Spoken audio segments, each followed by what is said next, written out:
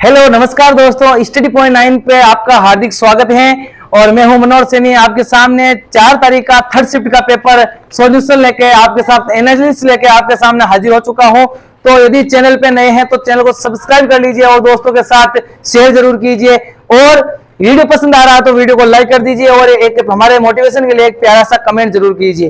और आप सुबह की क्लास करंट अफेयर्स की जरूर के देखिए, उसके अंदर किस प्रकार हम कंटेंट तैयार करते हैं और किस प्रकार आपके सामने पीपीटी लेके आपके सामने उस करंट अफेयर्स का धुआं करते हैं। तो जुड़ जाइए चैनल पे जल्दी से जल्दी। अब चलते हैं, हम टाइम वेस्ट नहीं करके 4 तारीख को जो मैंने पेपर देके आया था उसका सॉल्यूशन आपके सामने लेके आता हूं। तो देखिए 4 जुलाई 2023 को सीआरपीएफ का पेपर, टेक्नीशियन का पेपर, जिसकी थर्ड शिफ्ट का सॉल्यूशन, ठीक है ना, थर्ड शिफ्ट का सॉल्यूशन हमारे स्टडी पॉइंट 9 चैनल पे, स्टडी पॉइंट 9 चैनल पे आपके साथ हाजिर हूं। तो देखिए क्वेश्चन था एक, बाबर व इब्राहिम लोदी के मध्य कौन सा युद्ध लड़ा गया।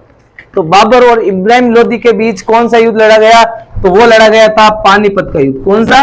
पानीपत का युद्ध लड़ा गया 1526 के अंदर। कब लड़ा गया? 1526 के अंदर ये लड़ा गया था, ठीक है। देखो नेक्स्ट क्वेश्चन आया था पाश्चुरीकरण, जो पाश्चुरीकरण से संबंधित आया था। तो पाश्चुरीकरण से संबंधित ये क्वेश्चन था कि खाद्य पदार्थ पैकिंग हो चाहे नॉन पैकिंग हो, उसको 100 डिग्री टेम्परेचर के साथ यदि हम उसको फ्रीज किया जाए तो उस प्रक्रिया का क्या कहा जाता है, तो उस प्रक्रिया को कहा जाता है पाश्चुरीकरण। जिस प्रकार से दूध को हम पाश्चुरीकरण के करके, जैसे अमूल देखते ना, अमूल का दूध, सरस का दूध, ये थैलियों के अंदर पैकिंग होते होकर आता है, इनको पाश्चुरीकरण करके उस पैकेज के अंदर पैकिंग किया जाता है और वो महीनों तक खराब नहीं होता है, ठीक है। एक क्वेश्चन आया था, खिजर खां किस राजवंश की स्थापना की थी। तो खिजर खां ने किस राजवंश की स्थापना की थी, तो खिजर खां ने की थी, खिजर खां ने जो मामलू कौन से उससे संबंधित तो वो आया था, ठीक है ना। ये क्वेश्चन आया था खिजर खां ने किसकी स्थापना की थी, ठीक है। ये क्वेश्चन आया था। एक आया था राखी गढ़ी, मैंने अभी सेकंड शिफ्ट वाले में आपको सॉल्यूशन में बताया होगा। राखी गढ़ी का एक क्वेश्चन आया था जिसके अंदर पूछा था पूरा तत्व स्थल के अंदर वो मिले थे, वहां पे जो शंख वगैरह है वो कहां पे बनाए जाते हैं, उसका अवशेष कहां मिले थे, राखी गढ़ी के अंदर मिले थे। एक आया था आम्रवर्षा किस समय होती है। तो आम्र वर्षा कब होती है? मानसून से पूर्व की वर्षा को आम्र वर्षा कहा जाता है, क्योंकि आप सभी को पता होगा अभी मानसून पूरा नहीं आया था, उससे पहले ही जो तूफानी वर्षा होती है वो उसको मानसूनी वर्षा, उसको आम्र वर्षा कहते हैं, क्योंकि वो आम के लिए फायदेमंद होती है, आम को जल्दी से पका देती है, ठीक है। एक आया था धमेक स्तूप। कौन सा स्तूप? धमेक स्तूप किस धर्म से संबंधित है। तो धमेक स्तूप किससे संबंधित है, तो ये आपको हो जाएगा बौद्ध धर्म से संबंधित। किसे? बौद्ध धर्म से संबंधित हो जाएगा।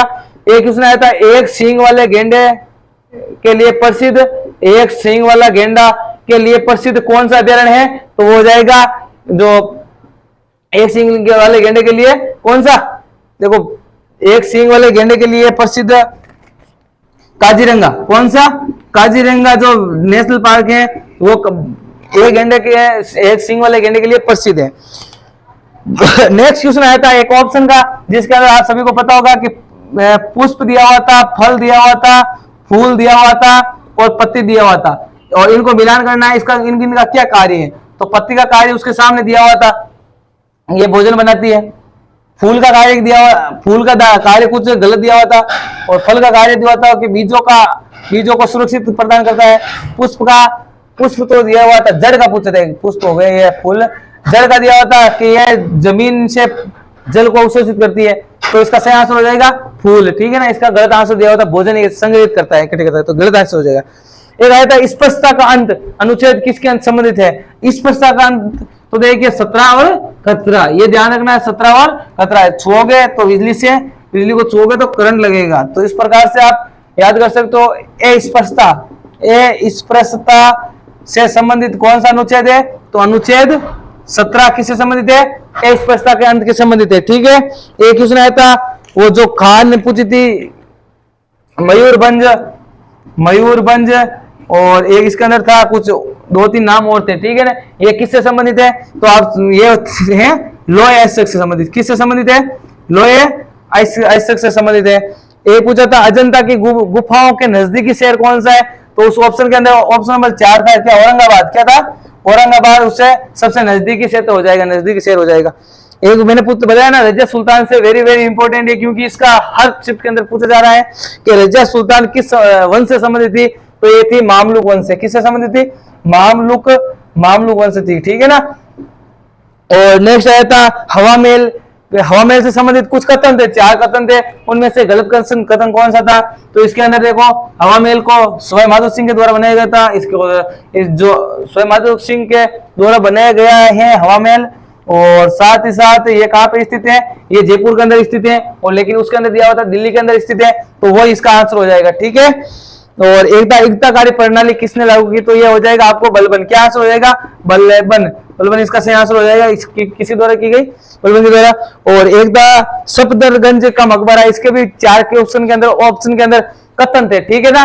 ये सफेद संगमरमर से बना हुआ है और ये दिल्ली के अंदर स्थित है। इस प्रकार से 4 क्वेश्चन बने हुए थे, 4 ऑप्शन थे, ठीक है। एक क्वेश्चन आया था कर्क रेखा के नजदीकी शहर कौन सा स्थित है, तो कर्क रेखा के नजदीकी कर्क रेखा के नजदीक कौन सी पर्वतमाला है, कर्क रेखा के नजदीक कौन सी पर्वतमाला है, उसके अंदर दिया होता है गिर पहाड़ी। तो गिर पहाड़ी सबसे नजदीक हो जाएगी, क्योंकि गुजरात के अंदर ही है, तो गुजरात से आप सभी को पता होता है कर्क रेखा भारत के अंदर एंटर करती है, ठीक है। एक आया था तो करंट से आया था, CURRENT करंट से संबंधित क्वेश्चन आए थे। देखो करंट से संबंधित यदि आप दिमाग लगाए होंगे तो 2 क्वेश्चन, जिसके अंदर एक क्वेश्चन के अंदर जो क्वेश्चन के रूप में था वही दूसरे क्वेश्चन के अंदर आंसर के रूप में था, और जो इसके आंसर के रूप में था वो इस क्वेश्चन के जो इस क्वेश्चन के प्रश्न के रूप में था, तो इसका वही आंसर था।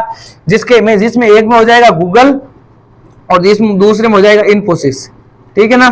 तो इन्फोसिस के द्वारा किस कंपनी के साथ विलय किया गया, गूगल के साथ। गूगल के द्वारा किसके साथ सबसे ज्यादा किया गया, तो इन्फोसिस के साथ। इस प्रकार से ये दोनों क्वेश्चन थे, ठीक है।